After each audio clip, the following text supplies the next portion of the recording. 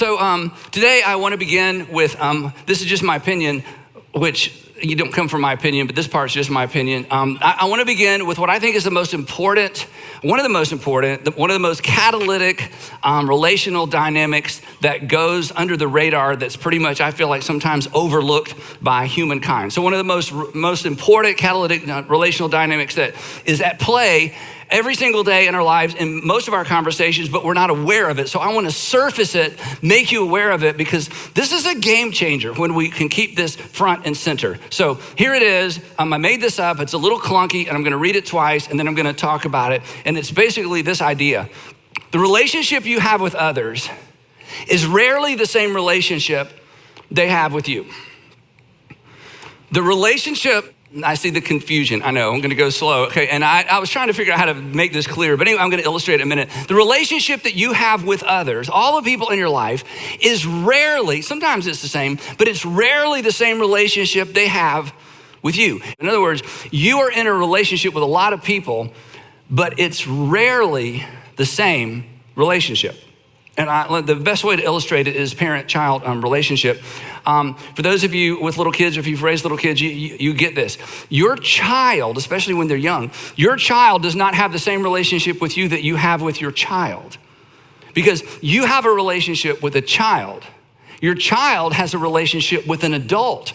Those are two very different relationships. Your child, you have a relationship with someone who is 100% dependent on you.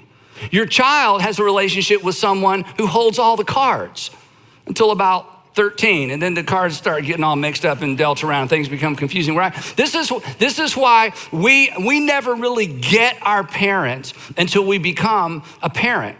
You have to be in a relationship with your child to understand what it was like to be your parent in a relationship with you when you were a child. It's only when you become a parent that you feel what they felt, experienced what they experienced, feared what they feared, were concerned about the things they were concerned about. This is why most of us, when we, in young adult age or adulthood, we go back and apologize to our parents, right? Like, I had no idea. I owe you the biggest apology, but we didn't know. It wasn't that there was something wrong with us until you're in that role, until you're walking in those shoes. You don't really understand it, because you're in a relationship with your child, but it's not the same relationship. And this dynamic is true for most of your relationships, and it's true for most of my relationships. And as obvious as this is, and I'm gonna give you some more illustrations, as obvious as this is, we rarely take it into consideration in our communication. We rarely take it into consideration with the words that we choose. Another illustration, at work, you are in a relationship with your employer, you're in a relationship with your employees, but it's not the same relationship. Everybody's friendly, but you know better than to think you're actual friends, because there's an inequality. And this is true, again, of most relationships. Older brother, younger brother, older sister, younger sister, older brother, younger sister. Even in family, there is an inequality. And because there's an inequality, it's a relationship. It's just not the same relationship. There's an inequality whenever one party is dependent upon or needs the other. Now, to be clear, equal value, everybody's of equal value in the relationship, but there's unequal power, influence, and authority. And when this is the case, it means you're in a relationship with someone, but it's not the same relationship. And this baked in relational reality, and this is not a problem to solve, this is just This is just a tension to manage and to recognize, and as we're gonna see in a few minutes, this is a tension we should all figure out how to leverage in a positive and powerful way. But this baked in relational reality should govern and inform how we talk to each other. And specifically, it should influence the words we choose. We will come back to that in just a minute. Today, if you have not been tracking along with us, or if you have, we are actually in part 2 of a series entitled The Weight of Your Words. The weight of your words. And if you have ever been crushed by someone's words, you get this, and you know what we're talking about. Words carry weight. They can leave a mark for good or for bad. They can inspire, they can build, or they can destroy, they can wound, right? I mean, we have all been on the receiving end of words that have built us up. We've all been on the receiving end of words that have torn us down. left us wondering, taken away our confidence. I'm so proud of you. You embarrassed me tonight. I wouldn't miss it for the world.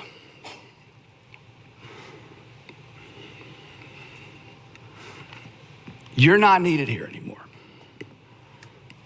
We've all been on both sides of things like that, haven't we? In fact, some of those phrases are emotional for you. Maybe something recently. That's the power of words. Here I am reading words on a screen that reflect something someone has said to you, and suddenly it's very personal. It's very emotional. Our lives, I don't need to convince you of this, but our lives have been shaped by the words spoken to us, over us, and at times we feel like words spoken at us. This is true for our childhood. It's true right now for some of you in your marriages. You are dealing with wounds and carrying wounds, and your spouse has said, I'm just telling the truth, I'm just being honest. We talked about that last time, and you're like, yeah, you're just being honest, but you're killing me with the weight of your words. Words inflate or deflate our confidence. With the words spoken to us or at us or over us, it impact who we see in the mirror, right? And here's the thing, and here's where we make a turn. While we are quick to acknowledge the fact that people's words spoken to us, over us, and at us have impacted our lives and our childhood, and again, who we see in the mirror, we're quick to recognize that. I don't have to convince you of that.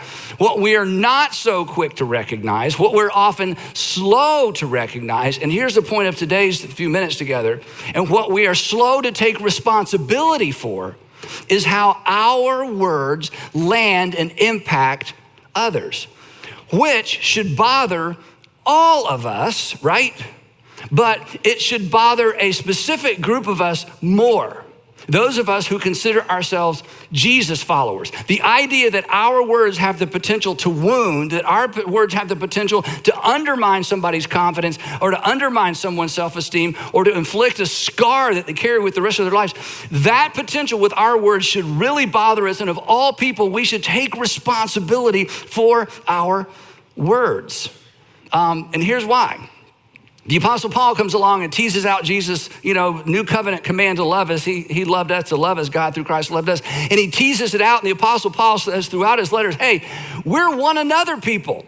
That's what Christians are supposed to be. We're one another. We are supposed to make decisions and choose words and respond in such a way that the person on the other side of us, the one another, is actually benefits by being in a relationship with us or being on the other side of us. We're supposed to encourage one another and honor one another and forgive one another and carry one another's burdens. We're supposed to sacrifice for the sake of the benefit of other people, which means our words matter, and we are more responsible than the average person for leveraging our words in such a way that our words build people up. These kinds of words, as we're going to talk about, should characterize us. So we have to take responsibility for our words. Now, real quick, if you're not a Jesus follower, if you're not a Christian, or maybe you used to be and you kind of hit the eject button and you're out, isn't it true that you may be more curious if the Christians you knew had been more cautious with their words? Isn't it true that you may be more curious or maybe more open to leaning in or rediscovering the faith that you grew up in or grew up with if the Christians around you had used their words in a different way as it relates to you, and not just to you, but the people that you love the most? So in this series, we're talking about three dynamics that are at work in every conversation. And regardless of your faith tradition or regardless of whether or not you even have faith, this is gonna be super, super helpful, because these three dynamics they're weaving their way into every conversation we have. These three dynamics actually determine what people hear regardless of what we actually say. And here's the thing, this is why we should be good at this. We have all been on the receiving end of all three of these dynamics, which means this should be easy for us because, we should be able to keep it front and center, but we don't. So the last time we were together, we talked about the first one of these dynamics, and the first one is simply this, that words are not equally weighted. In other words, all words don't weigh the same, and specifically, negative words weigh way more than positive words. So we talked about proportion control, right? Not just portion control, proportion control. The proportion of positives to negatives is a really big deal in relationships. And if we want to have the kind of relationship and influence with people where they're able to hear the hard things and sometimes the negative things, we need to load up on the positive, because whether we like it or not, whether we think it's fair or not, it's very difficult for people to hear the negative if all they get is negative. And if it's hard for people to hear the negative if it's the one-to-one correlation between positive and negative, that words don't weigh the same, and negative words weigh way more than positive. So we talked about that last time. So today, I want to talk about the second dynamic, and the second one is this: that source determines weight. Source determines weight. The weight of a word is determined ultimately by the source of the word, the who said behind the what said. So let me give you a couple illustrations. So ladies, imagine, and many of you don't have to imagine this, if those of you who are moms don't have to imagine this, you decide to meet one of your girlfriends during your lunch break for lunch, or maybe you meet one of your girlfriends for coffee, and they get there early, and you walk in, and your girlfriend looks at you and says, "Wow, you look great. I mean, that outfit, you look great. You look so young." Well, those are 5-pound words. Thank you, right? Now imagine that afternoon you're at home and your 15-year-old daughter walks through and she does a double take and she says, "Mom, that you look great. That what you're wearing, you look so young. We could be sisters." And then she turns around and runs off to her room. Now I know what some of you are thinking. You're thinking, "I don't have that much imagination." You used it all up. Because Andy, come on, let's be honest. If the resurrection of Jesus is here, that would come in somewhere, And what makes the difference? The location? Words at home way more than words. No. It's not the location. It's not the words. 5-pound words become 50-pound words depending on who's using those words. Not because of where. Because of who? Another illustration, my administrative assistant, Diane Grant, has worked with me for over 25 years, which means she either needs a standing ovation or a long vacation, or both. But anyway, we're familiar for 25 years, so she knows me well, and we're able to communicate so well, and it's a great working relationship. And every once in a while, when I need to go deliver some negative information or some negative news to an employee, she'll say, remember, your words weigh a lot.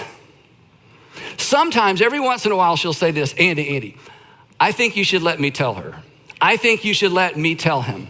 My words don't weigh as much. Now, here's the question. Why does she have to say, remember? She shouldn't have to tell me, remember. I'm the expert. I'm up here dishing all this out. I got the notes and the screens. I put this whole talk together. Nobody needs to tell me to remember something I'm up here telling you to remember, right? Wrong. Do you know why she tells me to remember? Because I forget. Because when I see the people that I work with, you know who I see? I see coworkers. I see peers. I see friends. Who do they see? They see the boss. It's very different. We're in a relationship. It is not the same relationship. So to tease this out a little bit, okay? It kind of looks like this. Source determines weight. Weight determines impact. And impact determines outcome. The source of the words determines the weight of the word. The weight determines the impact, how it lands. And the impact ultimately, in most cases, determines the outcome. Now, if you're into physics, just ignore this. I realize this, I'm messing with your categories, okay? But you get what I'm saying in terms of the flow of communications. Now, I'm often asked, and this may sound strange for me to talk about myself for just a second, but I'm often asked in leadership context, especially business leaders or ministry leaders, when we're doing Q&A. Hey, Andy, there's 3 questions I always get, and this is always one.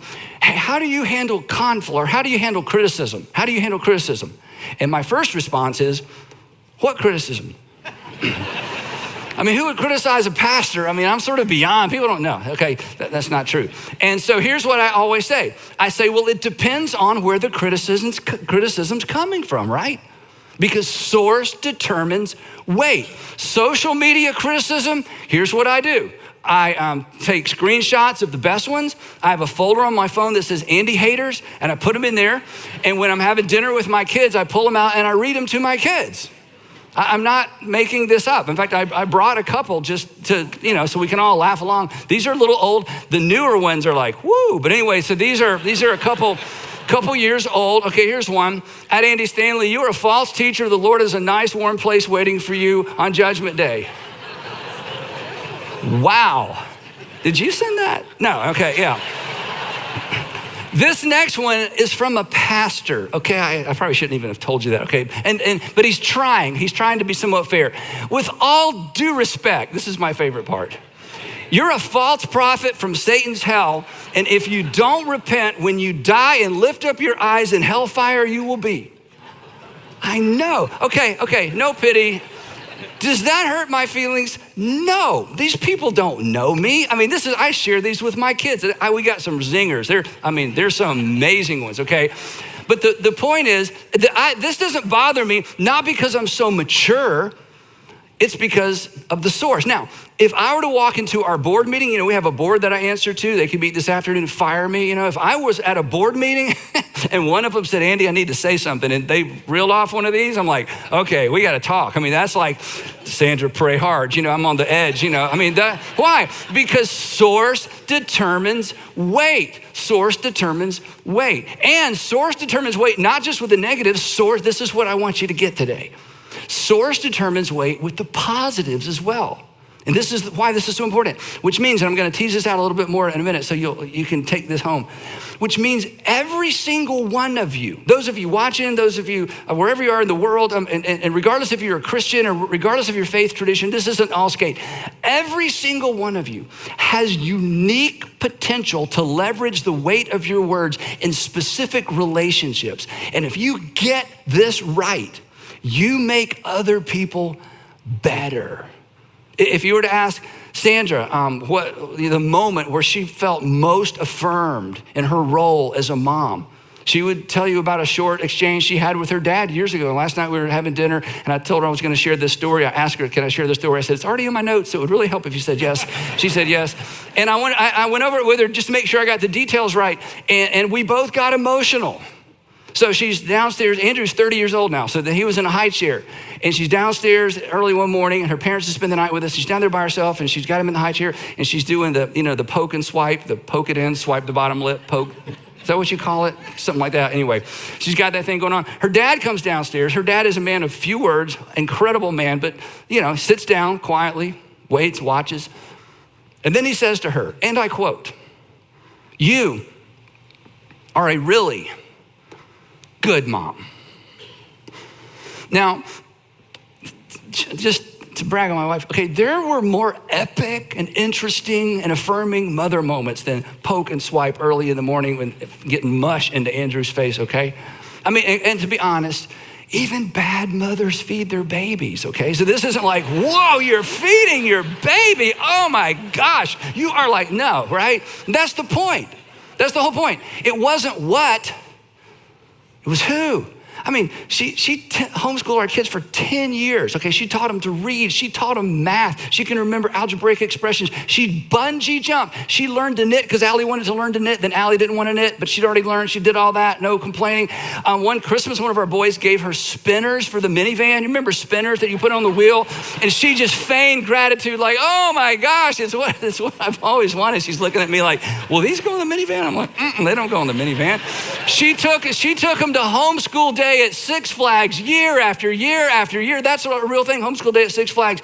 And I learned, I never went because she's a way better parent than me. And I had to work that day. What day is it? Oh yeah, gotta work. Anyway, as much as I want to go to homeschool day at Six Flags, the lines were really short with all the roller coasters. Not because, there were fewer kids, but because on average, homeschoolers aren't that brave. Anyway, so sorry, homeschool kids. Anyway, so the point is, if we wanted to put everything she's done as a fabulous mom on the wall, there's so much to brag about. But you ask her, that's the moment.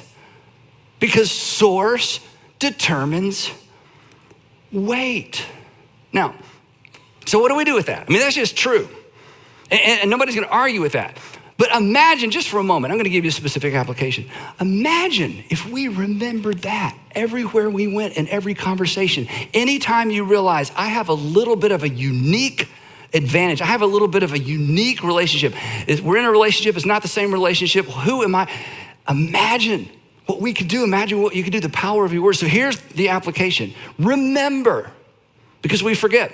Remember who you are and what you represent to the person on the other side of you.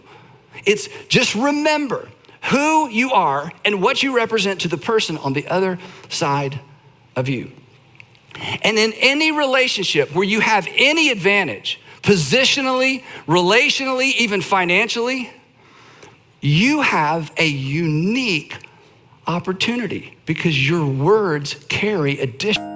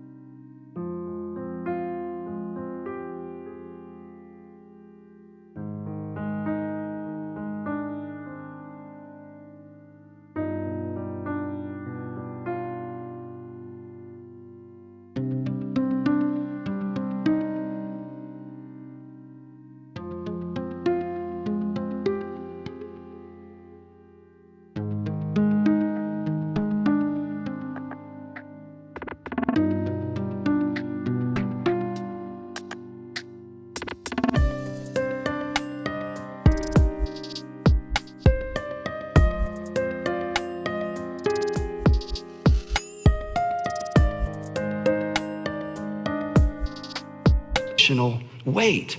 And I would just want to encourage you to leverage that opportunity every chance you get. Leverage your weighty words to encourage and to build and to direct and to protect. And real quick, I want to say something to all the middle school and high school students who are in the room, one of the rooms with us, or who are watching or listening. This is so important. Look up here. And whatever you're doing, just put it down for just a second. Okay, look. When it comes to your parents, look up here. You have no idea. You play a unique role in the lives of your parents. Your words weigh more than you'll ever understand. And you know what else? Your words weigh more as it relates to your younger brother and your younger sister than you'll ever understand. In fact, the reason your parents get on to you all the time about be nice to your younger brother, be nice to your younger sister, they understand the power of your words and you don't, and it's not your fault. It's not your fault. So that's why I'm reminding you, I understand your younger brother and your younger sister, to you, they're like a gnat. Why are they even in the room, right? But the reason they hover and the reason they spin is because you play a unique role and you will either use this time, this fleeting opportunity to do something amazing in the lives of your younger brothers and sisters, or you're gonna miss it. And I wanna challenge you to be the unique middle schooler or the unique high schooler and take advantage of that. And not just your brothers and sisters, your parents as well. And you know what? Your words to the lives of your parents, they weigh 500 pounds for positive or for negative. You have the power with your words as it relates to your parents. You have the power to crush or to encourage. Quick story, years ago, when President Obama was elected for his first term, I got a call from his administration to come be a part of the festivities at the National Cathedral, the service they have after the inauguration. Some of you remember that. And you may not know this, so you may want to write this down. So I don't know if you know this, but politics is not an emotionally neutral topic. I should put that on the screen. Politics is not an emotion. So when I got invited, I thought, wow, what a privilege. I was completely shocked. And I thought, wow, what an incredible opportunity to get to go to the National Cathedral, all these famous people. And I get to read this thing that was read when George Washington was inaugurated. I mean, it's just, but I realized if I do this, there's going to be people that are like, yeah, he's one of us. And other people are like, no, he's one of them. And it just. So Andrew, our oldest again, we're driving home. I remember what road we were on. I had just gotten this invitation the day before. I got to let him know what I'm going to do. And I said to him, Andrew, he was 15. I said, Andrew, hey, I get invited to do this thing, but some people are going to be upset. Some people are going to be too excited. It's divisive. It could be, And so I'm just trying to figure out what to do. And he said something I'll never forget. And my point is, students, you have no idea the weight of your words with your parents. He said to me, he said, Dad, if God brought this opportunity along, don't you think you should take it regardless of what other people think? It's like the peer pressure talk for grown-ups, from the teenagers. Dad, don't give in to peer pressure. It's like, okay, so, I went ahead and did it, and the whole thing turned out great. But the point is, I'll never forget that.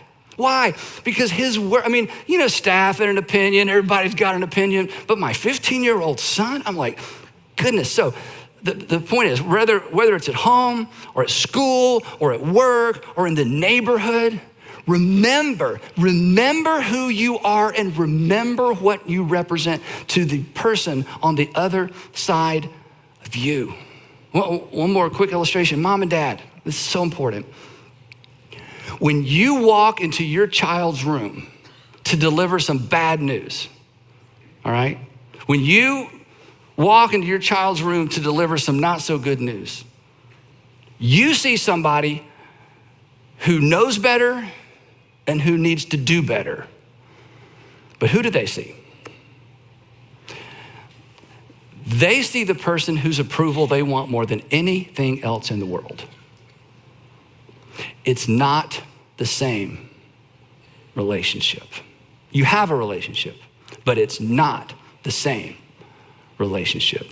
Who we are and what we represent should determine what we say, the words we choose, because who we are and what we represent determines the weight of our words.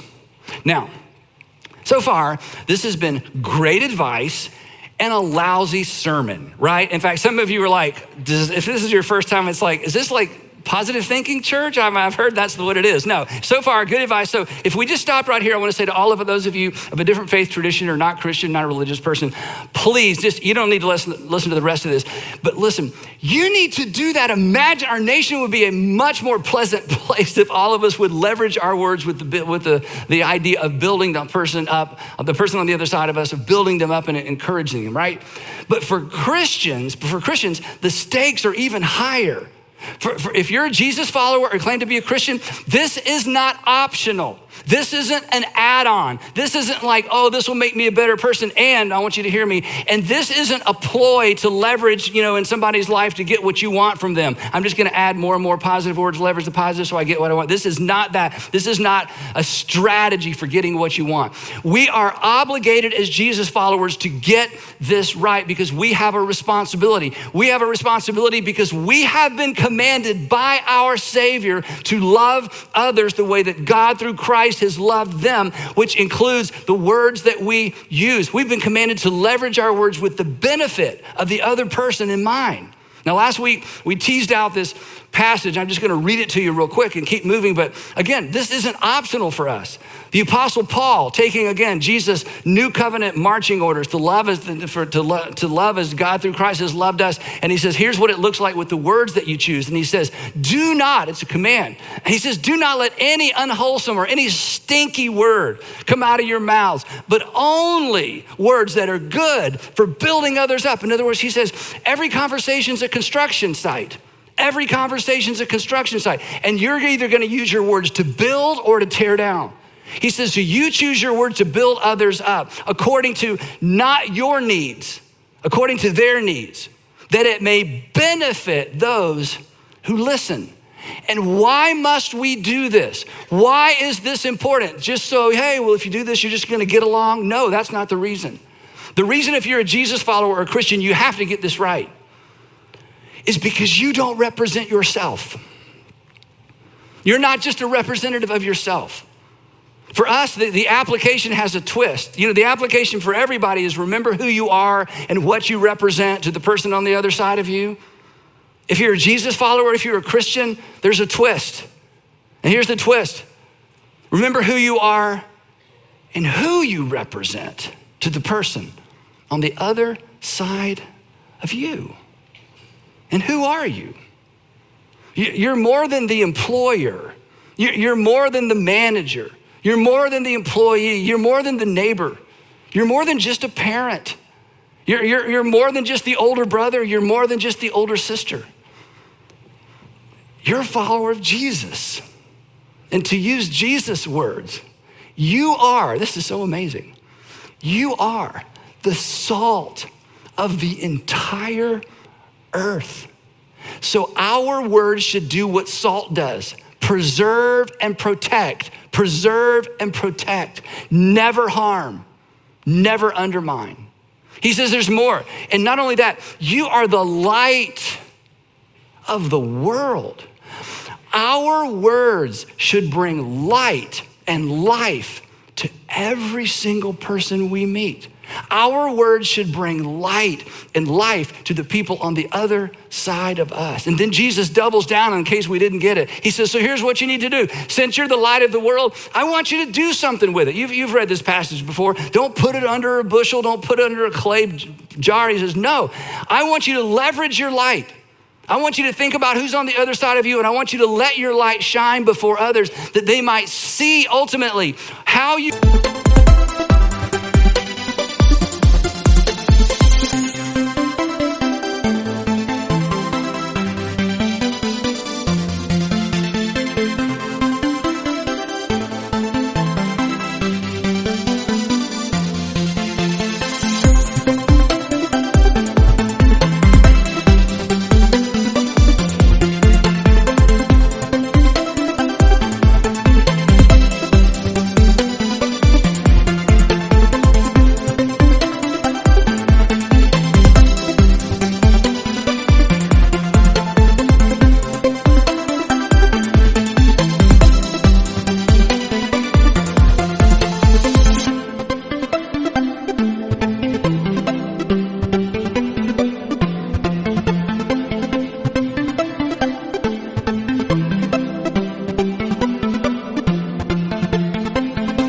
Your life and connect the dots between how you live and what you say and who you worship and who you follow. I want you to let your light shine in such a way that they might see and hear and connect the dots between why you say what you say, why you possess, why you communicate the attitude that you do and the care that you do, and who you follow and who you worship, to leverage who you are and what you represent to the person on the other side of you, to leverage who you are and who you represent to the person on the other side of you. To use those weighty words to build and to encourage. It's not just an opportunity for us. It's actually our responsibility. Just imagine for a moment. Imagine the influence that the church would have in the community and the church would have in the world if we'd just gotten this one thing right. Imagine the influence. And to be clear, for those of you who aren't Christians, hear me out. Not influence so we could take over and have control and have more people on our team. Because our King said this, I did not come to be served. I came to serve, and I came to give my life as a ransom for many. But imagine with taking on the attitude of Christ, as Paul talks about, the mindset of Christ. Imagine with that mindset. Imagine if for the last 50 years or the last 20 years or the last 10 years, if Jesus followers had embraced this posture when they thought about what they were saying, how they were saying it, and the words they chose to the people on the other side of them. Imagine where our country would be. Imagine where the world would be. This is what we have been invited to. Listen, I'm not exaggerating. It was that posture and it was that attitude that changed the world once, that changed the world for the better once. Imagine if that had been our track record. Do you know what we would hear? We would hear things like this. Those Christians, they believe some strange stuff. But I gotta be honest, they are the most encouraging people I've ever met. In fact, even when they say hard things, you just can't help but believe they really have your best interest in mind. Even when they say some of that goofy stuff, it's like, gosh, it's hard to hate these people. It really is. Because I think, even though they're wrong, I think they are genuine and they're sincere. And when I'm in trouble, that's who I call. And when my family hit a bump, we're not even church people, and they were there. And my neighbor, he's a Christian, and he came over and he confronted me and he was getting all up in my face, and I was about to, and I realized he really cares about me. He didn't have to come over here and say this. He really cares about me and my family. Because all my other friends are saying, oh, it's none of my business. But these crazy Christians, I'm not sure I could ever believe what they believe. but I don't have a doubt that they believe it. Let's do that. When we don't get this right, Paul tells us what it looks like, what it sounds like. When we don't get this right, we lose the right to be heard. We're neither salt, and we're not light. We're not preserving anything. We're not protecting anything. We're just having our way in the world. And Paul says, do you know what you sound like when you do that? I don't care if you have perfect theology. I don't care if you have the clearest picture of God of anyone in the world. I don't care if you can diagram the entire New Testament and you've memorized it in English and in Greek. I don't care. If you don't get this right, do you know what your words are in your community and to the lives of the people around you? Do you know what the people at work actually hear? He says, it's a resounding gong. And I thought about bringing one up here, but it is so loud and obnoxious. And a clanging cymbal. He says, if love isn't driving your words, if concern for other people isn't the filter through which your words pass, if you're not there to build them up, then just shut up, because you're doing more harm than good. If you're not a Christian, chances are it was the reckless, un-Christ-like words of Christians that either drove you away or keep you away. Or the reckless, un-Christ-like words of Christians spoken to someone you love that drove you away or keep you away. That were the reason you decided to leave faith. And if that's the case, I am so sorry. And I hope that you will look past us and beyond us to Jesus, who, and you're gonna love this. If you're not a Christian, you're gonna love this. So look past us to Jesus, who reserved his harshest words for religious people who were careless with their words toward the people he loved. So for all of us, let's remember, I forget. Let's remember who you are. And remember what you represent to the person on the other side of you. And if you're a Christian, remember who you are and who you represent to the person on the other side of you.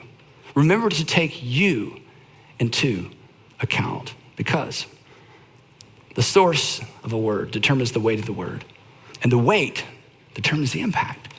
And ultimately, the impact determines the outcome. So leverage your words accordingly.